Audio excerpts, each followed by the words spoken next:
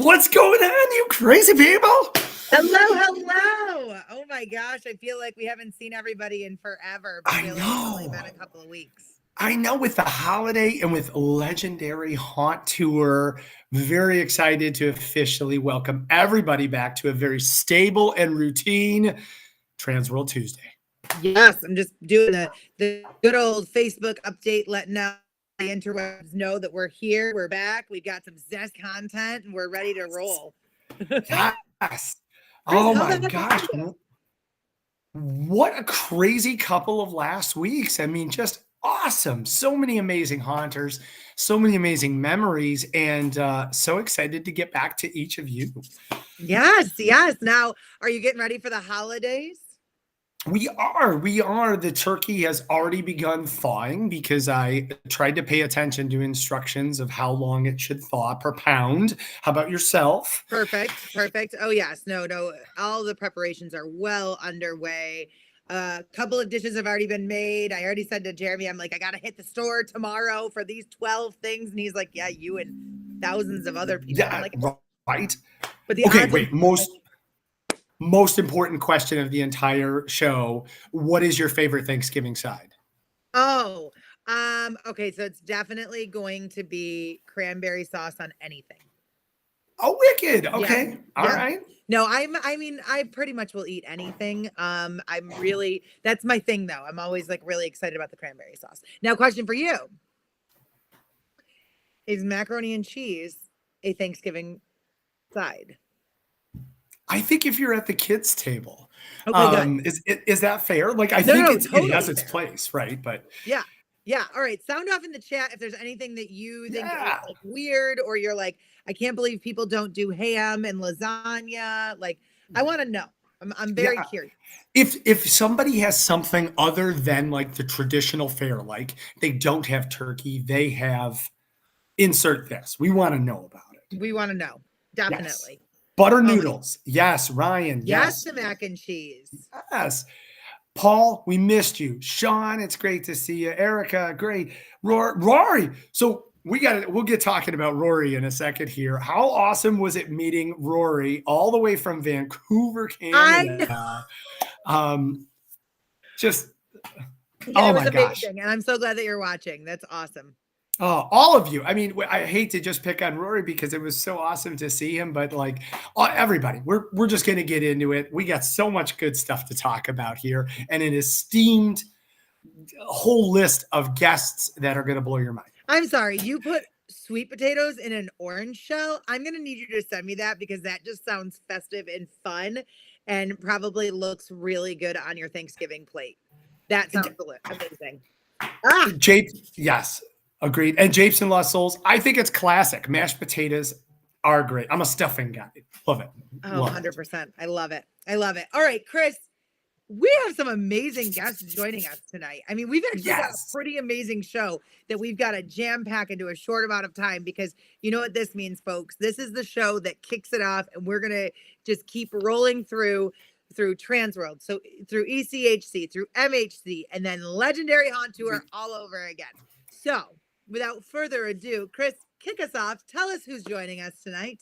We have a full slate of major announcements on all TransWorld fronts, but you're going to wait till the end on that stuff because we have some amazing guests in the green room right now that are fresh off the Legendary Haunt Tour.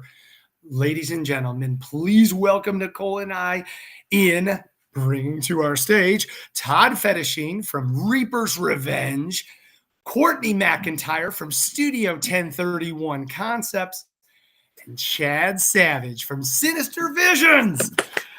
My gosh, look at that. All right, everybody pose for your A-team photo. Just kidding. Love it. What's up, guys? Hello. Mac and cheese is a side at the adult table. Okay. My wife makes crack and cheese, which is mac and cheese taken to a whole other level. I'm going to need a recipe for that too. You bake it. It's All right, Todd, what's on your Thanksgiving table that's like a debatable? You know what? Honestly, Rebecca has got such a long list of stuff that she is making. I've been hearing about this for 2 weeks. I am on overload. And I mean, not the overload that we just saw. I'm on Thanksgiving overload. What about deviled eggs? I'm from the South, so deviled eggs are like. That's a good favorite debate. for you guys, or no? So my I'd say mother-in-law. deviled eggs, yeah. Yep. Okay. Yep. It's a must. That's a good debate. Yeah. That's a very good debate. How about Travis? I'm with you, sweet 100%. potato souffle? Wow. I think we need a TransWorld Live cookbook for Thanksgiving. It's like a placeholder for in between your two good holidays there. Yeah. On Thanksgiving, I am known by one name, and that name is Dish Boy. My wife. I know that. My wife makes an unbelievable Southern-inspired spread. I knew I did right our first Thanksgiving together when she made giblet gravy for the turkey that was literally just like the one my grandmother made that I never thought I was going to get to have again. Oh my gosh. But yeah, several times throughout the day, I just hear from the kitchen, Dish Boy! I'm going to try that this year. Yeah, I'll wash dishes all day because I know what I get if I do. Yeah, I'm with you, Chad. That's the first thing I do. I go in and I just start getting to work because Rebecca's cooking up so much. I just want to keep it going. Yeah. All right. So there's a question from the audience. Todd, what's your favorite Thanksgiving food then?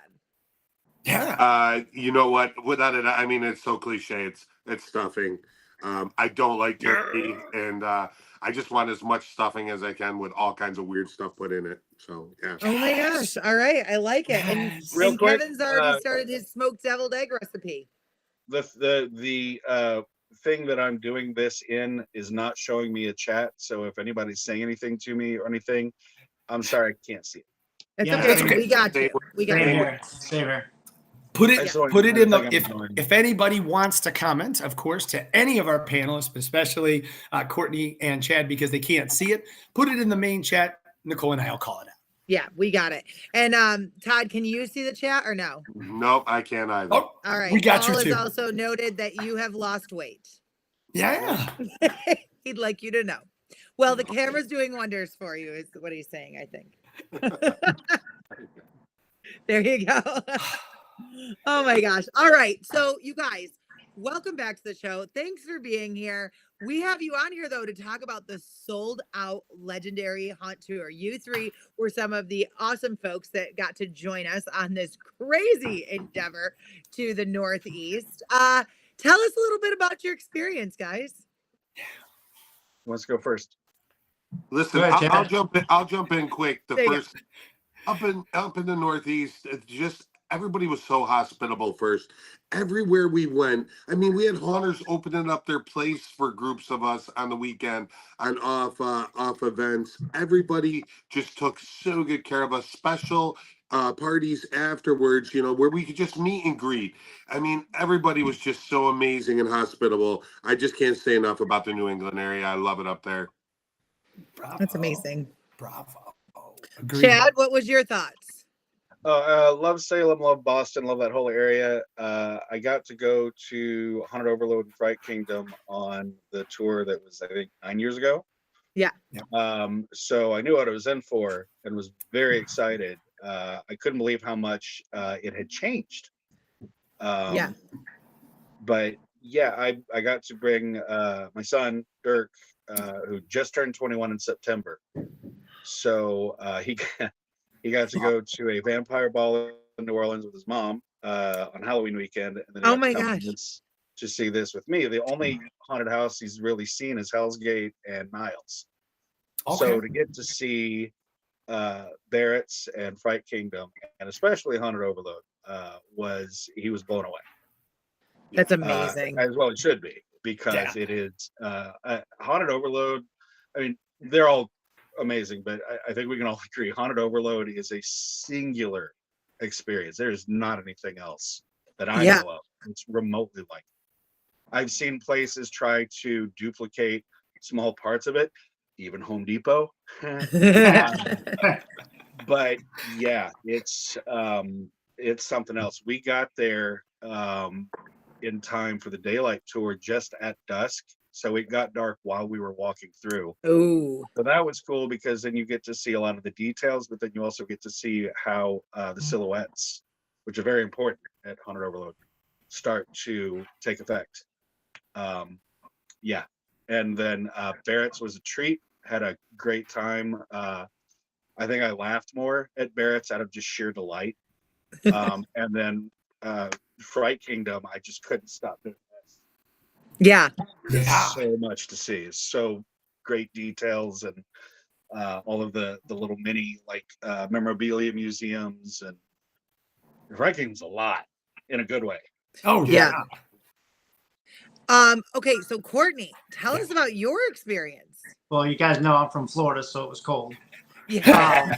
No, but like Chad was just saying, like Barrett's. I mean, I was like laughing, smiling the whole time. I was so entertained. I thought that the actors were incredible. It was probably one of like the best group of actors that I've experienced as a whole in a haunt. They all worked well together. They all bounced off each other. I just thought it was great. And then They were having a ball. Yeah. Fright They Kingdom. were clearly having a great time. Fright Kingdom was just like the queue line. Just it was like a museum in itself, you know. And then you finally get into the haunt, like Chad said. You were like looking at everything. There was so much going on. I wanted to like go through it again just so I could look the opposite direction and see what I missed. And then I can't say anything to do it justice about Haunted Overload. It was just incredible. Like the lighting, the look of it. I felt like I was like an ant compared to like all this giant stuff around me. And then I'm a pumpkin guy, so that kind of that was like the icing on the cake. It was just incredible. What do they have? Like 600 actual carved and lit and with actual I noticed they had actual candles in them, real candles. So somebody who's got that job to go around every day and light and blow those out every night, you know? They were when we did when we got there for the daylight, they were just starting to light them. That holy my God, it was amazing. It was. Yeah, we loaned out one of our full timers, Ryan from Reapers, and anybody that knows Ryan, he was on Overload, being there with Wallace and enjoying everything. And I saw him. He's like, I just put that pumpkin right there. I carved it. It was right there. So excited, but great. I love it. Let's keep the focus on Haunted Overload right now. We'll kind of go in reverse here. Yeah. Was there anything? Obviously, we kind of made a joke pre-show because one of the, I don't know, like cliche things that people say all the time is, "Hey, pictures don't do it justice." Yeah. I think all of us can agree that. Was there anything? It's the same way photos of a mountain don't do it justice. I mean, you see the mountain, but it's when you're there, it's the scale of it. Yeah. It's the scale of it. No, it's massive, but you can't see that detail. And then when something that's 80 feet tall, when you're looking at it on a little device that's this big, it kind of loses something in the translation. But by the same token, we were joking earlier, you could throw a camera anywhere, just throw it, and it would hit a tree and take a picture. The picture's going to be amazing. It's ridiculous. Just everywhere you look. It's a combination of the build, and they pay so much attention to the lighting and the silhouettes. I don't think that gets talked about enough. I mean, just walking through like the queue line, to me, like when you went in, when you first go in, you're walking in, that was like a quarter mile or something, or half mile like queue line. To me, that you could have just said, okay, that's the haunt, and I would have been happy with it. Like I was amazed by it, you know. I couldn't believe how well it was, how well it was lit, and the fog and the actors just in like the queue line area. It was insane how much detail and time just went into that. That's what I said. When we got a bit log jammed in the just inside the entrance up to fairly far into it, where we were standing still a lot. And anywhere else, that would be a real issue. Here, it just gave us more time to take pictures and look at like individual jack-o'-lanterns. Like I didn't have any problem with it at all, other than the fact that it was cold. But I learned my lesson from the first trip, and I brought layers. So you're just soaking it in. Okay. No. Sorry, I'm This is sending great. Robert a few more So- pictures too, just to make sure that we've got it, because the biggest thing that I noticed, actually Sean Fenner is going to say, is did you see anything that you took home idea-wise? Any of you? Did anything inspire you at Haunted Overload? I mean, it's all brain food for sure. Yeah. I imagine in the design work that I do over the next year, there's going to be things that creep in that I probably won't even realize. Yeah. Yeah, I'll speak to that. Like, I mean, obviously they had Reapers in the beginning, and the one thing I was gonna say as I walked through the gate, I just kind of took it all in, and I turned to Rebecca and I said, "Wow, I've died and gone to heaven. This is just the most beautiful place I've ever been, and I've wanted to see this place forever. I just never have been able to make it there. But regardless, I get to the Reapers, and their organic, just their approach to that, it really made me like, and I mean, we have Reapers hanging with candles and everything in our opening scene, but it made me want to elevate our game because theirs were just a little bit bigger than ours. And I was like, wait a second, we're called Reapers. I want big Reapers. Yeah, that's the perfect word for it. Organic. Everything was so. It's just it's so organic. And like you said, it's like you imagine it yourself, and you think you want to try to not so much copy it, but mimic it in a certain way. But you're not, like, most people aren't going to be able to do that. It was just so incredible with the lighting, with the organic feel to it, with the size. It's just everything combined. It was like the perfect haunt, in my opinion. It feels like it's, as you're walking through and looking at it, it's so integrated into the forest. Largely by virtue of the fact that everything's made of wood. It just looks like it's been there for 40 years. Yeah. One thing I did want to mention, the sound design was so good. Very understated, very not it was like I don't know how to describe it. It was like a rumble that you felt in your stomach as much as it was sound. And it was very subtle comparatively. Like, there weren't like crazy screams and thunder and all the awesome things that we think of when we think of what we hear inside a haunted house. It was appropriate for a forest, and it was creepy as hell. Yeah. I loved it. Oh, Once yeah. I noticed it, I couldn't unnotice it because I just loved it so much. Yeah, Eric was telling me about some subs that they had over by the pumpkin guy that they're creating that they weren't able to finish. But I mean, again, just like his haunt and how the whole team focuses on making it integrated into the woods, they really thought of that from a sound aspect, and our haunt being big on sound as well. I started taking note. I was like, oh, that was a really cool concept. Or I like the way you did that. That's really neat. The sound was really well done. Good point, Chad. It's a great points. These are great points. All right. Unless anybody has any other thoughts, let's go to the next haunt. We're kind of working backwards here. Fright Kingdom. Tell us everything, all of your thoughts. Craziness. I loved the queue line when we first got off the bus. Everything that's going on. I felt like, if you guys have been to Halloween Horror Nights, like when they open up the gates and everything, it had that feel to it when you were walking in with the big archway and everything, and characters on stilts walking around, and just like kind of mayhem. And that's kind of how it is at Halloween Horror Nights when they just open the gates. But once we got inside, I thought that was the queue line. I thought the haunt was going to start, and then there's like a museum inside. It had all this. It had all these different photo ops, had all this, the original mask, I think, from like Halloween 3 and stuff like that. And all these costumes from movies and all this memorabilia. It was just, I was blown away by it. I didn't expect that at all. I thought I was happy with the queue line outside, and then we got inside to the museum part, and I was just taken back by it before I even got into the haunt. For any haunters that happen to also be horror fans. Yeah. It was so cool. Well, and I think I told everybody about this. Great photo ops. Yeah. My kids are huge fans of anything that has to do with movies, anything like that. We let them watch Who Be Halloween before going, and they like lost their mind. Oh yeah, so that's where it happened. Yeah.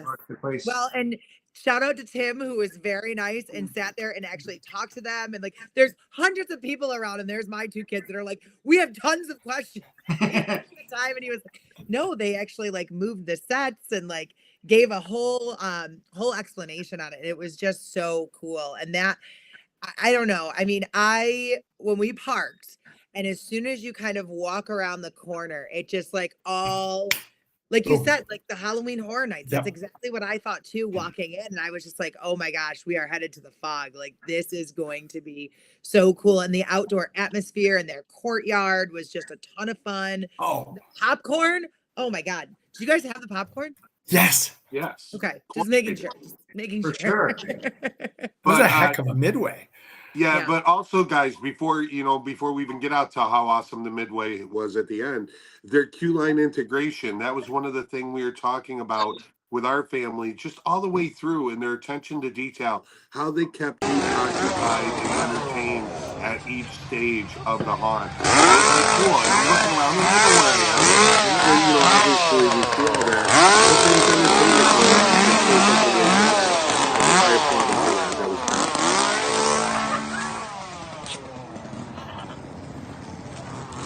What'd you guys think about it? Chris, what'd you think about it? Hello? Yeah, it got weirdly quiet. Yeah. There we go. I don't know if you guys. What? Yeah, We have some wonderful chainsaw noises going because from the video. Always a chainsaw. We got great sound right now, actually. Thank you. Perfect. Robert, that was There awesome. That was we could not hear you only because the chainsaws were just overwhelmingly awesome. If I could show video, he was. Oh, we can't see what he's doing. So I probably said the most important thing I had to say all night right now. Oh, you're gonna say it again? I am not. I can't repeat what I said. It was so emotional. That's what we do. Just asking what was your 2 favorite things, like Nicole and Chris? What did you guys love about it? Okay. Ladies first. So, all right. So one of them that I loved the most, there was a queue line where there was like a demon here and almost like a dark angel that was happening. That had me like completely enthralled. Like, I think I took like multiple photos, videos, very, very quick. The biggest thing for me was the integration and how they really moved people through. And then also the number of attractions that you went into. And then I was fortunate enough, Chris and Emmy and Anne-Marie and Ben were right behind me. So every time we were like talking about everything, we were like, oh my gosh, did you see this? And did you see that? And so that was really cool. And then also, I mean, mine definitely is anything with pumpkins. I'm obsessed with pumpkins. So there was a lot of really great usage of outdoor elements indoors. Yeah. I hate to say like in there. I had two favorites. I have to give a huge credit to all the chainsaw wielders. They were relentless. I mean, they were going after people that were not going to move and not going to scream. These are haunt owners. They are the hardest people to get, and they did not stop trying. And I applaud them for that. For me, I couldn't wait. Like, you see everything. We got there. You see this incredible facade. You see all of the whole queue line system, the walkway, everything's beautiful. And we get through and we're going through the museum, and we had the honor of walking with Angela. I think Tim was just ahead of us. I wanted to spend more time in the queue line. This was so cool to go through this museum and all these amazing pieces.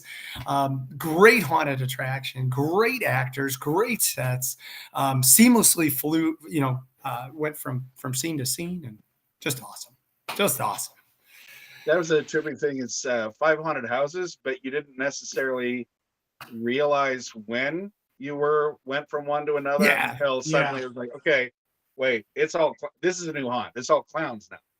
Yeah, for sure. Chris, this sounded like a great trip. It was incredible. It really was. It was, dare I say, legendary in a lot of ways. No, now you guys know why I get the big bucks. Yeah, that was mine and my wife's first time to like that area. So we came in early. I got there Wednesday. We stayed late, didn't leave till Monday. Just made a whole trip out of it and just enjoyed it. I loved it. That's awesome. That's so awesome. Good. All right, so now we gotta talk about Barrett's. Yeah. I'll tell you what, I can jump in on Barrett's right away and see if everybody felt the same way our crew felt. It's like we went back to our roots. It felt like why we all started doing this, a family business attached to the restaurant. It just had that vibe of feeling just old school awesome, and why we all started doing this, and they just nailed it. I mean, I went through, like everybody was saying earlier, smiling and laughing, going through the whole thing. That's how you felt. Like as soon as you got in there, you were just like, oh my God, I'm getting tingly thinking about it right now. And it's just, you know, it was a fun atmosphere, and it made us realize, I think, why we do this crazy thing. To your point, when we left, they were all gathered, all of them, all the actors. Yeah, that was cool. Gathered in front, waving as we left in the buses. Which that I've been going to Legendary almost since it's been a thing. I've never seen that. I'm such great characters. Oh, go ahead. I'm sorry. I was gonna say I'm usually not a fan of how, you know, like you just, if a haunt switches from room to room to room and doesn't do what they did it seamlessly. It was perfect. Like it was just stuff I've never seen before. They had the gym, and then they had the airplane, and then and then this, and then that. It was so cool. Even though each room was completely different, and they made it work, and they made it work beautifully. And every actor, like I said earlier, every actor was just great. The airplane, I don't think I heard more people talking about a singular room than the airplane over the whole trip. That was just legendary. It was very you're cool. on an airplane. Oh, look, we're crashing. Okay, get out. Yeah. we're in a gym now. We're taking pictures with the Easter Bunny. It was apparently so, we crashed in a lake of clowns. But it was very well done, and like the actors were great. They had a bunch of their actors in and among us while we were having a delightful dinner at the restaurant that's on the property. Yes. So everybody that I saw and interacted with just killed it. And then in the attraction, in the queue line and in the attraction, everybody was at the same time doing an amazing job, but also clearly having the time of their lives. Mm-hmm. Yes. It was infectious. I mean, you could feel it. They're having a good time with it. Banter back, through the whole thing. Just everybody was so good. Yeah, they worked very well off each other. Like I said, they bounced off each other very well. And there was like that one scene where you were like leaving like the barbershop or something like that, where like you were in a strip mall and then you were outside, and the two girls that were out there were just incredible. Like, they played their roles perfect. Yeah, but speaking of bouncing off stuff, their use of bungee in that one area, but not just being typical with the down. They had the low bungee. I was like, cool. Yeah, that was so cool. So Rory actually talked about that. The cold spark bungee effect made me scream in amazement. I actually stopped and I was like, do it again. I want to take a video of this. I thought it was so cool. No, there was so much of it, the nostalgia and like you say, the reason we all started doing this, right? Like it just hit on so much of that stuff. And actually, I brought my kids, as you all know, but being able to like show them like the different things, and then also like how certain things corresponded. I want to also say one thing that stood out to me at Barrett's was the actors and their engagement and their ability to like just, I mean, engaging haunters is hard to do, but they were able to, without going over the top, make it such a cool experience and have the interaction in a way that wasn't hokey, I guess, or not that anybody else's was, but they were not in any way intimidated or impressed by the fact that 400 professional haunted house people were about to come through. They did not care. I I can say that they were doing their thing, didn't care who you were, just going to give you a great show. I love that. Yeah, they were ending their season, going out in style with an awesome show, and it was just great. Yeah, and so many of them and then to do that little show for us afterwards was so great and just very moving. Because you could see it was their last time doing it for the year, I do want to give a special shout out to Dolores.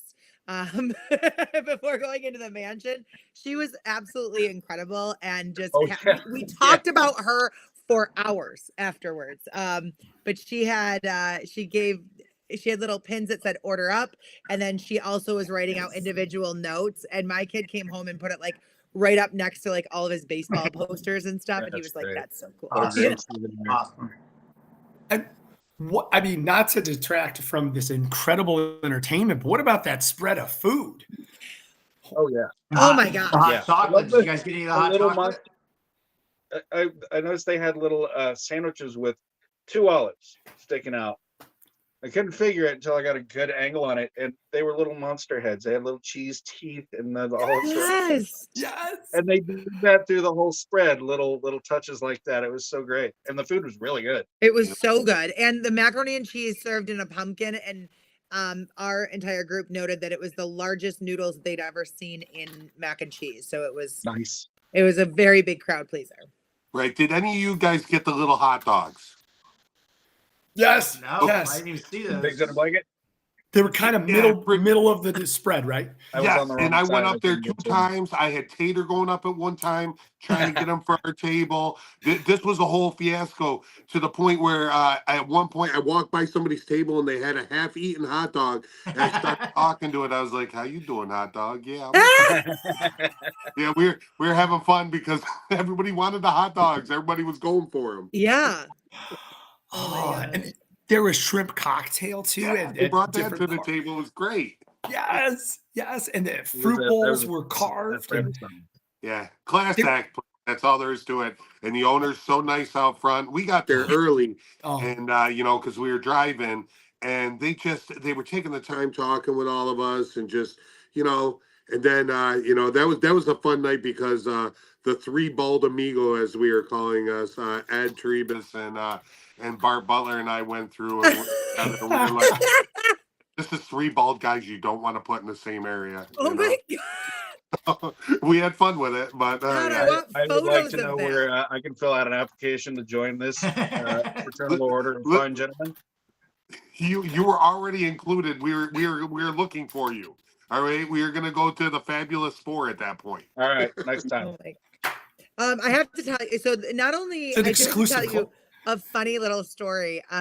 So their serving staff was phenomenal. They were so on top of it. They were very, very good. I had to borrow a napkin because Chris left me in possession of a very important piece of a gift for everybody and at Barrett's, and I was trying to hide it, and here I am, and I'm I of course bundled up. I have no extra fabric anywhere. It's I'm fine. I'll just take the napkin. The amount of times they went to come for that napkin, I was like, they are so on top of this. Finally, I had to say, no, I'm borrowing this. I promise. I can't give it to you though. I gotta go. That would be my favorite memory. It's so awesome to relive these moments. Yeah. Let's talk about Salem. Yeah, let's talk about Salem. So on Saturday morning, everybody went up to the legendary city of all of our, love and passion here, Salem. How was your experience? Lovely. I love Salem so much. We actually did a family vacation for a week in 2017. I would move if fortune smiled on me and circumstances allowed it. I would move there in a heartbeat. We were actually we rented a car because like I said, we got there early, so we were actually looking at houses and stuff that were for sale. We were up there after our first day. We're like, we're expensive. It is. Well, I'm in Florida, expensive. So it wasn't too bad of a hurt, but it was expensive for what it was. Yeah, but I actually saw one of the coolest things that I thought when I was in Salem. I saw a tombstone that was actually from a pilgrim from the Mayflower. So I thought that was really cool. You can't throw a rock in Salem without hitting something historic and then getting fined for throwing rocks at historic things. Yeah. That's it. That was actually, personally, that was a nice thing because Dirk and I had been there 5-6 years ago. So we had already done all of the tours. We'd taken all the photos of the cool things. So really, we were there to have a nice meal and shop. Oh, I love it. It was funny. We rolled in at 10, only to discover that nothing opened till 11. Chad, I was just gonna say that. Yeah, and it closes. At 5. Lemons and lemonade. We found at the Hotel Salem, right there on the main drag. They had just opened for brunch at 10, and we went in and had a delightful meal.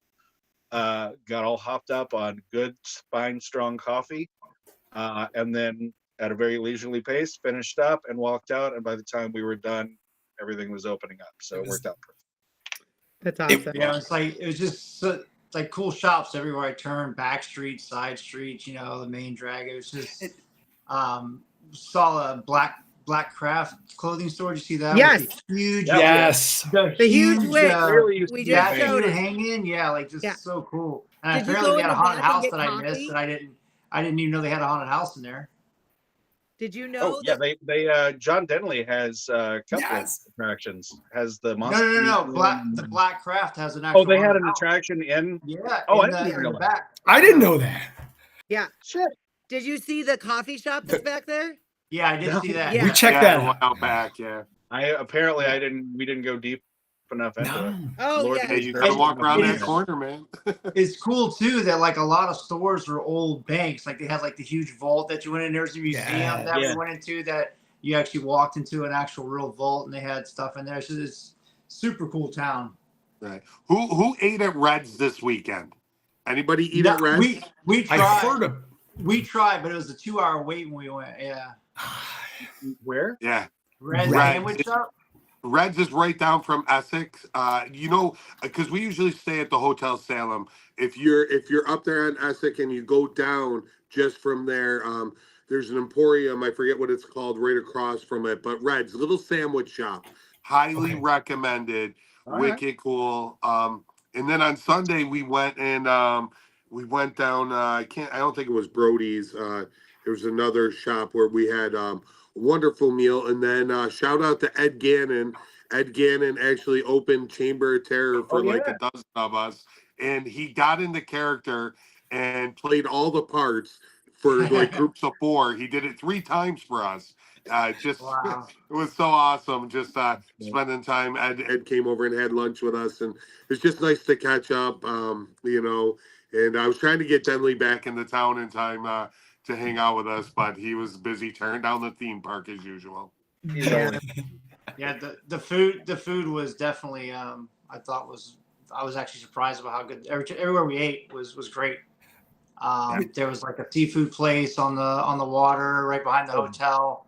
That was best calamari I've ever had. And we had like some kind of seafood pizza that was incredible. It was just really good food. And you bring up a great point. When you have such a huge tour with over 400 people that are driving and in buses, you don't get a chance to get everybody together but one time that entire weekend, and that was the Saturday night dinner where we had a very special panel. We got a chance to talk to Todd and to Ben and to Ed, and Tim Dunn was there. So excited. You guys want to talk about that? Todd, if you wouldn't mind starting it, because you got to be on stage. Well, I'll start out with, I promised Ed I would keep my hat on so that we weren't 2 bald guys again. This bald thing keep coming up all weekend. Everywhere we went, there's a bunch of bald guys. Yeah. So, no, it was really fun to talk about and hear about everybody's season. I found out that I had the rainiest season, I think, out of anybody in the room. So, and it's okay. We're all back ready for 24. And like Alan Hobbs said, Halloween was our New Year's Eve. It started our year. Let's get back to getting ready for next year. It doesn't matter what happened this year. Live and learn from it. Adapt, adjust. Let's move forward. And that's that's the message I tried to put out as we were talking about how we kind of evolved with the season. I focused on our family. All our actors and everybody out there in the grind. I actually got into character because my management team was like, "You need to go out there and you need to show everybody that you're going to play." And I had the best time. It was the last night of the season, and I was out there. Somehow you'll see the pictures out there. It was really fun. And I went to the Thriller scene, and they all were doing the Thriller dance, and I was behind them. They had no idea, and I started doing the YMCA. And, that explains my outfit a little bit. And the wagon started going nuts. They're like, "He's doing the YMCA," and they didn't even know I was behind them. We're just having fun, but I think that's important. Whether you're a manager, an owner, whatever your role is, none of us are any different than any other. We need to show each other we're a family, we're out there together, and we're doing it. And so that's what I tried to get across at the meeting, was just showing that camaraderie amongst haunters. Amen. Yeah, I like the panel. I took a lot away from the panel as well. I mean, a bunch of you guys, from different parts of the United States, all experience totally different things and total different setbacks, whether it's weather or snow or this or that. It was great to see your workarounds and like Ben was talking about, move your photo ops, back to a certain part of the queue line, so you're actually maximizing that, like stuff I would never think about. And then like the parking situation, the rain, like you just said, you just had, and the ticket insurances. I don't want to haunt anymore, but the ticket insurance blew my mind. I didn't even know that existed. Yeah. And I have a few clients that I work with that I consult for, and I instantly went back and talked to them about that. I said, "You need to get on this next year, and here's the stories I heard about it, and this is why you're doing it." And they all were like blown away as well. So. That was probably the biggest thing I took away from it, was the ticket insurance, because I didn't know it existed, because like I said, I haven't owned a haunt in a while. So to me, I was like blown away by it. Yeah, Ben and I were talking about that just before we started the panel, and same. We went with a new ticketing company this year, and we had the option whether or not we wanted to do it. And I said, "Well, let's just get our feet wet with this. I want to get everything acclimated to the new system. We'll deal with the insurance next year. If you guys want to do insurance as a ticketing company, have at it, cool. But I want the option to do it next year." And as soon as Ben told me how they were functioning and some of the numbers and how it helped, but the biggest thing was, "Oh, you didn't get that insurance? I'm sorry, Yeah. no refund." I mean, it saves an argument, saves a complaint right there. Yeah, that was the biggest thing. Yeah. Oh, you didn't get it? Well, I can't help you. I'm sorry. It was an option for you, Yeah, yep. Exactly. Chad, how was the dinner for you? Just to spread the. I'll be honest. At the dinner, I was engaged in my own conversations. I kept an ear on things, but I'm not an owner, so sure. Most of what they talked about, while interesting, does not apply to me. I can't make use of the information per se. I did hear a few things that were cool. But for the most part, it was just cool being in a room with 400 otters. I just dug that energy. It was so fun to show people that picture. We had taken a picture from the corner of the room, and to see that many people together, and it's not TransWorld. It's not one of our trade shows. It's not one of the regional shows. So awesome. Yeah, that was so cool. It was so. Shout out to your entire TransWorld family. I mean, that was great. Everything you guys put together for the trip was awesome, and it went so smooth. I mean, kudos to Jen and Rich and everybody involved. Thank you. Even when it didn't go smooth, it got smoothed over, and it was fun. Yeah, I mean, managing the buses, everything like that, it was just all great. Like I had zero issues. Like I said, I rented my own car, but I actually rode the bus for the tour, and I thought it was great. I'm a silver lining kind of guy. So as some folks know, the bus I was on, he went the wrong way on Saturday. He just wanted to get to the spread before everybody else. That's all. That's it.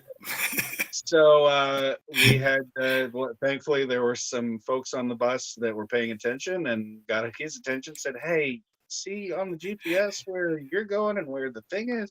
So got corrected. We were a little bit later, but because I was on that bus with Tater, I and a few other lucky people got to try a special apple that he and his family have developed.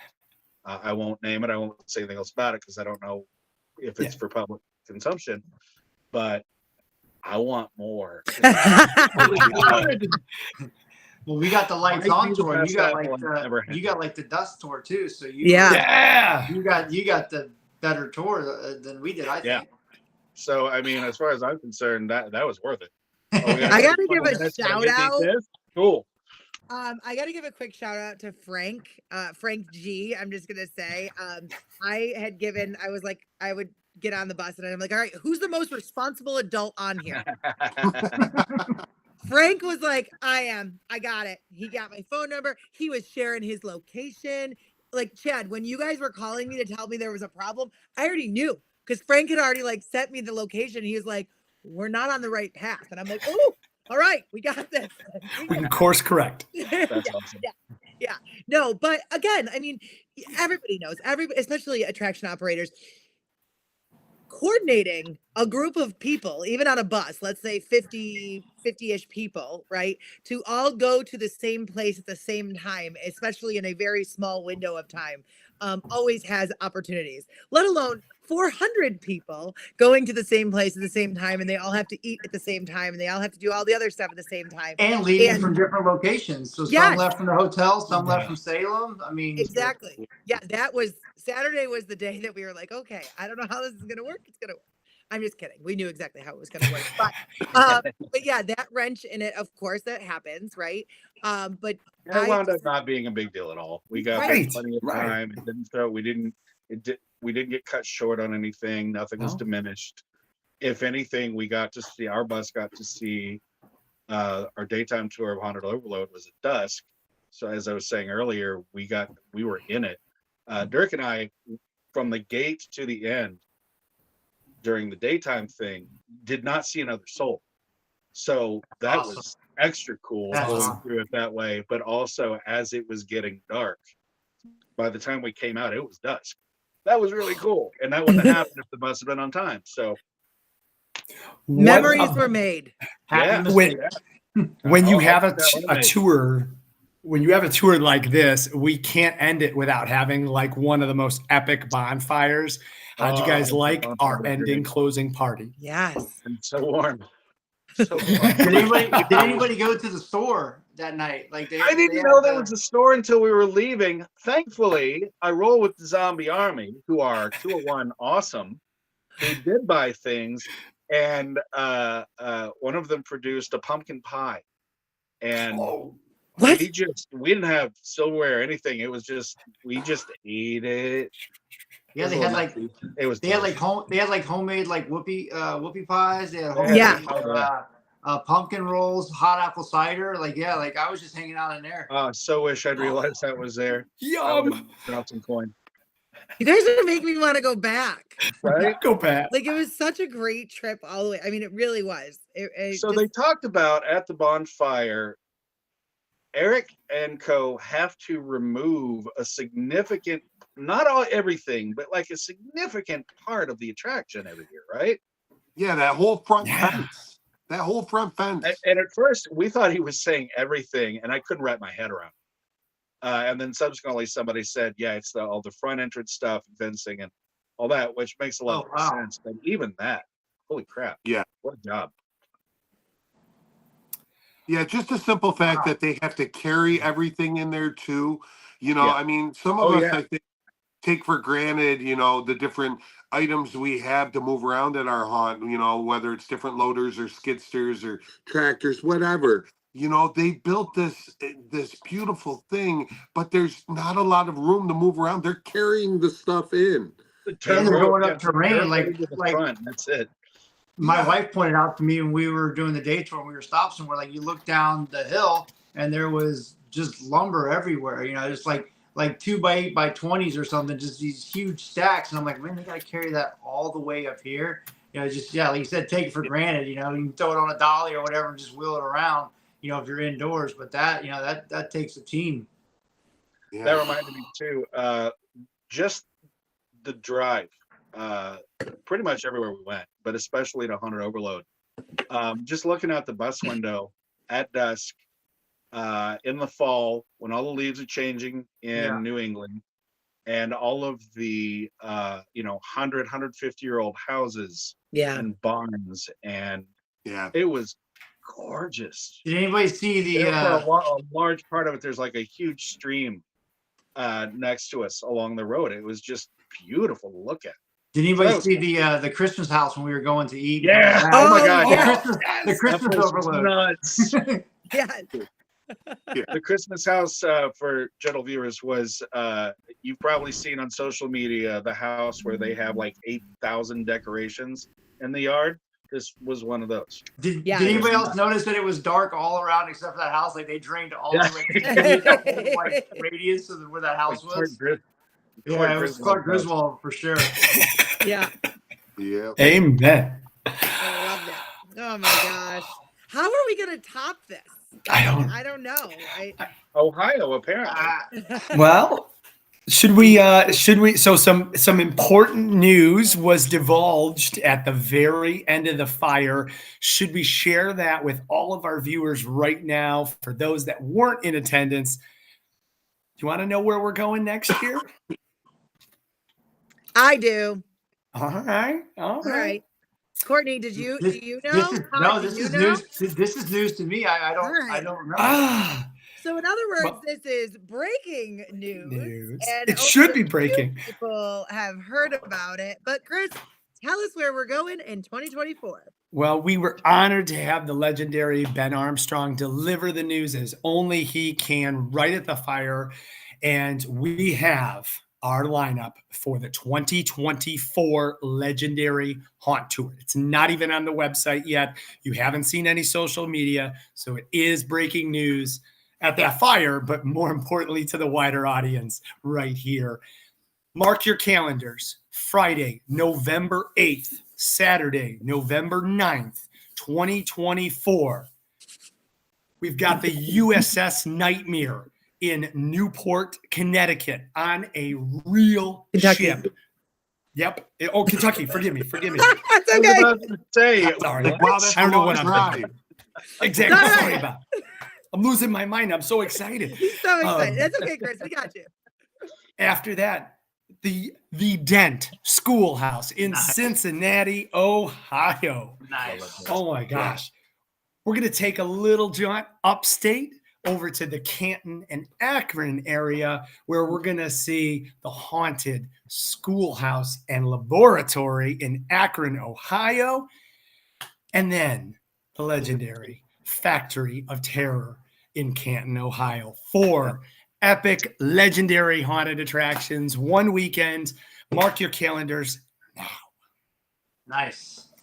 Again, I've seen 3 of those. I've never been to USS Nightmare, so I'm excited about all of them because the other 3 are fantastic attractions. I go any chance I get, but I'm excited for USS Nightmare in particular, just because I've never been there. Yeah, it's pretty neat. Yeah, I'm very excited. This is going to be a really great tour, and all of our viewers right now are very excited. The chat is blowing up, and yes, it's about time we go back to Ohio. Awesome. That USS Nightmare is on an actual ship. Yeah. Right. Yeah. And you can't see it in the off season. They move it. Yeah. Oh wow. Yeah. Wow. So really? Yeah. Yeah.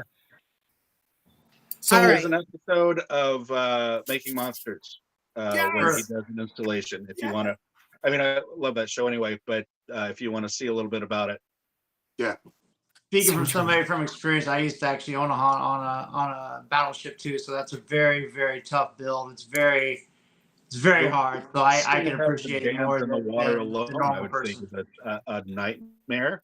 Yeah. Did you say it's a nightmare, Courtney? Yeah, it was. Guys, we love that you're here, and we probably could talk forever. Yeah. Is there anything that we haven't talked about? Anything that you want to plug or your final thoughts? You haven't talked about East Coast. That's coming up too. I was just I was just thinking that too. We got to give a plug for East Coast. Yeah. You guys want to? You got a major announcement. You just skip by, you know. All right. Thank you. All right. Well, you guys want to hang around? I guess that's Hang around for a little bit here. We have a ton of breaking news, so yeah. Let's we'll color comment on the news. Love this. Okay. All right. Perfect. Should we take let's just do this, Chris. Let's wrap out this. Let's make sure that this is all good to go. Any closing thoughts for Legendary? It's amazing. Are you all committing to next year? Go. 100%. If you have gone, go. Okay.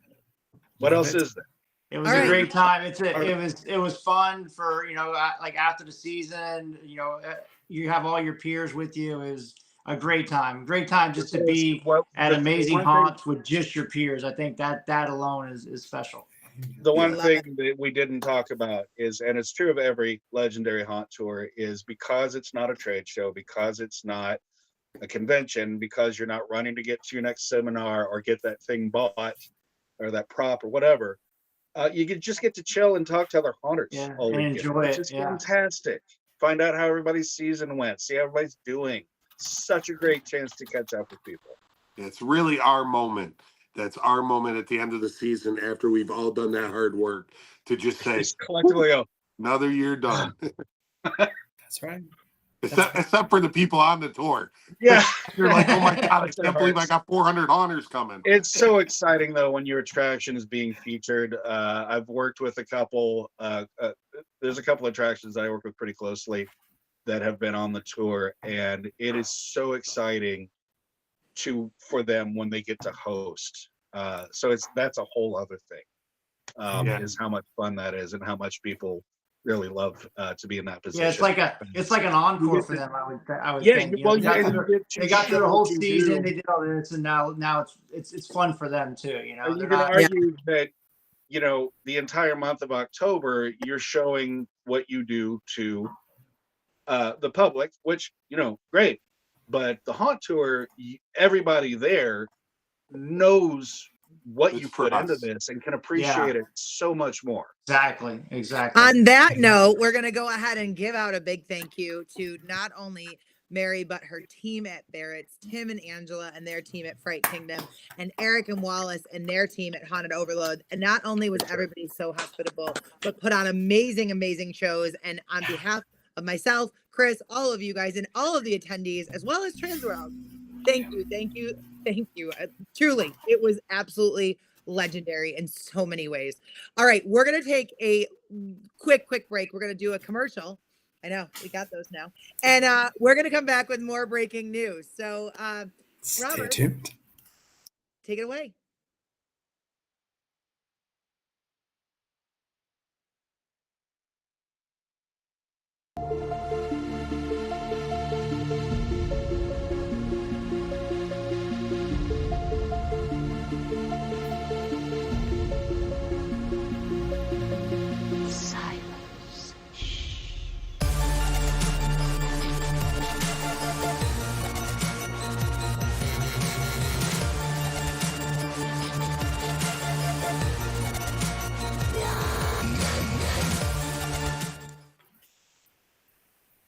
We love Haunt Pay. Thank you so much for being our premier show sponsor for TransWorld Live. Thank you so much. Guys, we're glad that you're hanging with us because we have some breaking news on the TransWorld front and everything that encompasses TransWorld. So let's dive in. We're excited to have your color commentary as well here. Of course, the big news that happened. We're gonna build up here because we've got some really good I like this. here. I like this. So we talked about it on last show, but every single package for registration for TransWorld 2024 is now open. There's 4 different levels you can choose from. HAAshow.com, and we are 107 days away We're from officially TransWorld. in TransWorld mode. Yes. Yes. Oh my God, I cannot even believe that. Now, booths for exhibitors are also now open. I'm going to tell you this. Do not wait. If you've ever had a booth or if you have a booth, I'm guessing all of these guys up here are going to be able to attest to it. Rich is calling right away, being like, hey, I want to sell your booth if you're not going to use it. Like, I need to know. So lock down your space. Lock down your space. Yeah. Space is extremely low for this year because of the amount of new exhibitors. Yeah. Truly, just to let you know how seriously low it is. I don't think it should be any surprise, but maybe Nicole doesn't know this yet. The TransWorld Live booth is no longer on the show floor because that has been given to exhibitors because that's how packed we are right now. And that's how much we love our exhibitors that we're it's the best problem to have. You guys need to get those like remote control like loungers, like the recliners, and just go up and down and video people and just interview people up down the queue line. Love it. So when we do tell you booth space is extremely low, that's not a sales tactic. Truly hanging out with Rich, seeing the layout this weekend. If you want to get in, don't lose your chance. Do not wait. Do not wait. I can attest to it as a third party bystander. I was actually at the end of the show at IAPA, and there was several booths that were coming up to him that were trying to get in right there at like 5 o'clock on Friday at IAPA. So I can attest to it. I've seen it firsthand. Yeah, it's gonna be epic and amazing. Yeah. It really is. There's a lot of people working behind the scenes to make sure that it's bigger and better than last year, which seems almost impossible, but never ceases to amaze all of us. It's crazy. Hey, Chris, I helped Jen come up with the party theme for this year, which will also be t-shirt design. Now, as none of us have cleared this with her, can I reveal it anyway, or should I hold on until we get the show? Okay. Okay. That breaking news, Chad, we will have you back on for that because yes. Can we? All right. Well, by then I may have the artwork done. So okay, perfect. And we're working on it over this weekend. You do your homework, we'll do ours. Okay. Yeah, okay. Please. This is the episode where we get in trouble. No, just kidding. Yeah. All right. So for those that don't know, East Coast Hunters Convention 2024, we are going to the Philadelphia area. We're going to be there April 25th through the 28th. It's going to be amazing. And speaking of space, speaking of areas and things to do and crazy, cool, fun, we got some other breaking news on the East Coast side, so just stand by on that. But one of the other big things is make sure you are getting your booths for that as well. As you all know, when we announced it earlier this year, people kind of went nuts. There's a lot of folks that really want to be there. There's a lot of hunts that have already committed to making sure that their people are coming, but also that there is such a huge presence from the East Coast there. So it's going to be pretty epic and amazing. So if there's anything out there, whether it be sponsorships or booths or things like that, do not wait, because that is also going really, really fast as well. Chris, we're going to get to your neck of the woods next on next year's calendar. Where are we going? Absolutely. So Midwest Hunters Convention, we are going to be back at the Donald E. Stevens Convention Center also in known as Roseville. The Nicole M. Ginsburg Convention Center. For those exactly. The sign just hasn't been put up yet, but those dates are June 6th through the 9th. So make sure that you are making plans. And Jen definitely wants you to know that tickets for both East Coast Hunters Convention and Midwest Hunters Convention from an attendee perspective will be available very soon. So stay tuned for that. Stay tuned and be ready to buy them. All right. Chris, are we ready? We are ready. All right. We are totally ready. We have the biggest East Coast Hunters Convention news. Okay. So without further ado, Chris, tell them what the tour is going to be. So first, the big question, will there be a Thursday pre-convention tour? The answer is yes. And you're going to have to stay tuned for next week because we're going to announce that next week. But we do have Friday nights and Saturday nights plans. Want to hear? Yes. All right. The big plans, if you have social media, and you probably do because you're with us right now, Friday night, 2 epic attractions are going to be our main features. We have Pennhurst, a haunted asylum, and the Bates Motel and Haunted Hayride, both in Pennsylvania, both ready. Opening special for the East Coast Haunters Convention, the inaugural East Coast Haunters Convention. We are definitely going to be checking off some bucket list items for a number of folks, both actually across the country, and even into Canada. Me included. Yeah. So, and if you've never been there, those are 2 shows you definitely don't want to miss. So if you're planning on going to East Coast, be ready to buy those tickets when those become available. And again, that's going to be Friday, April 26th. So but wait. Question? Yep. For Pennhurst, is it the show that they do, or is it a tour of the grounds? Great question. Great question. I believe, and don't quote me on this, but I'm partners with Matt from Pennhurst, and he did tell me when we were talking about this, I do believe they're putting on a show that night, because we actually had talked about having some Reapers actors originally when this all came up, because all the haunts in the area have been networking together to make sure East Coast goes off awesome. And we're just up there in Scranton, and I was like, there's no way we're muddy at that point in the year. You ain't coming to us. So but we were trying to think, okay, how can we support the shows down there?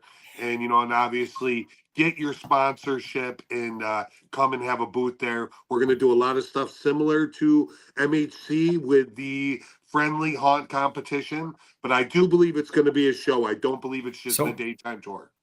Todd, we can 100% confirm it is a full show and dinner at Pennhurst. Well, now I'm double excited because when I got to go before, it was a tour of the grounds and everything, which, don't get me wrong, is amazing. It is. But we didn't get to see a show. So cool. Mm-hmm. Yeah, both are worth seeing. Seeing the grounds is great, but the show's going to be awesome. And then Bates, come on. What else do you have to say about Bates? I've never seen it. Randy and the family there are just amazing. Bucket list. I'm excited about that. Yes. I haven't figured out the logistics of exhibiting, but I really want to. Gonna make it happen. All right, but wait, guys, there's more. All right. So on Saturday night, we've got a special event planned for everybody. And this is very big breaking news. Chris? This is not released anywhere yet. So you are getting the true exclusive right here. Right now. Saturday night, April 27th. We're going someplace special. We're going to host the most epic party for our inaugural ball. Nicole, you want to tell them where we're going? We are going to be taking all of you to Otherworld. And if you have never been to Otherworld, it is like nothing you've ever seen before. So imagine a world where anything is possible. A place with no rules, only your imagination to guide you through countless rooms of large-scale interactive art, mixed reality playgrounds, and secret passages await for you in the surreal landscape of science fiction and fantasy. Now, I can tell you firsthand experience. It's incredible, and it is a ton of fun, and it is very cool, and it is for all ages. And us haunters are going to walk in all together and be like, this is the playland we never knew that we needed. Sounds like City Museum on steroids, huh? That's a great way to put it. That's a great way. Yes. You will leave inspired. You will leave with a spark of ingenuity and intrigue. I have to say it, sorry, because there's no other word that says it, but it have like such an enthralled experience, and you will leave with this sense of like, okay, I know exactly what we what I want to do with this room or things like that kind of you've had a brain block. So, and someone just told me in my ear, we're going to leave inspired. Yes, we're going to leave enthralled, immersed, but we're probably going to leave drunk too, because it's a full party with epic DJ and music and just in this surreal setting that's like going to put you into a dream. Yes. I just get ready after you see one of these shows, whether it's a Meow Wolf or Otherworld. Every time you go to a different city, your friends will be getting together and you will be finding, oh, there's a Meow Wolf here, or let's plan this trip because we can hit Otherworld here. I mean, it's that cool, guys. So I may or may not have altered our summer vacation plans to attend some of these places just so we can get there, because they are insane. The memories that we're going to have, insane. Well, not according to you. We're going to beat you drunk.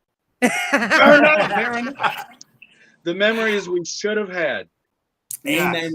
To there'll be video. There'll be pictures and video. Memories I wish I could remember. Exactly. Exactly. Yes. So there are so many more announcements to come for East Coast Haunters, as well as MHC, as well as TransWorld. As you know, there is just so much happening over the next couple of weeks. You're definitely going to want to stay tuned here. But Chris, we've got some magicalness coming up here on TransWorld Live very soon. Do you want to tell us a little bit about next week? We definitely do, 100%. So be here next week. And if you are an exhibitor with any of our shows, with TransWorld, with any of the regional shows like Midwest Haunters Convention or East Coast, we want you to be a part of this show. Watch your inbox, watch your email, and Rich and Jen are going to send out a form. We want you to be a part of it. Come get featured on here. Come hang out with us. Tell us about what you're doing, and we are going to help spread the message about how awesome your product is, so that people are just lining up when they get to the shows to buy your stuff. And one of those amazing people will be with us next week, Tuesday, November 28th, 7 o'clock Central, 8 o'clock Eastern.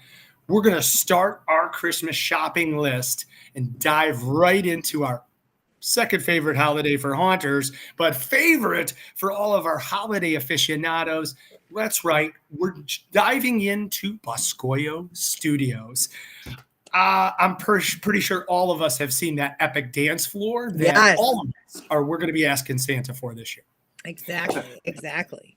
So because it is also Giving Tuesday, we're going to give you guys all an update on Jim Warfield benefit event and possibly the official announcement of the pre-convention haunt tours for East Coast Haunters Convention. So of course, yes, it's definitely an episode that's going to be a wait, there's more, and a whole lot of breaking news and a bunch of zesty content. So you're definitely going to want to join us next Tuesday right here on TransWorld Live. Thank you guys all so much for joining us tonight. And again, a big thank you to our official sponsor, HauntPay. And we love you all, and we'll see you very soon. Of course, from the entire TransWorld team, from Jen, from Rich, from everyone, we love you. So happy Thanksgiving to you and your families. And we hope you fill up with whatever your favorite side dish is. Even if it is mac and cheese. Thank you, guys. Good night, everybody. Thank you. Thank you.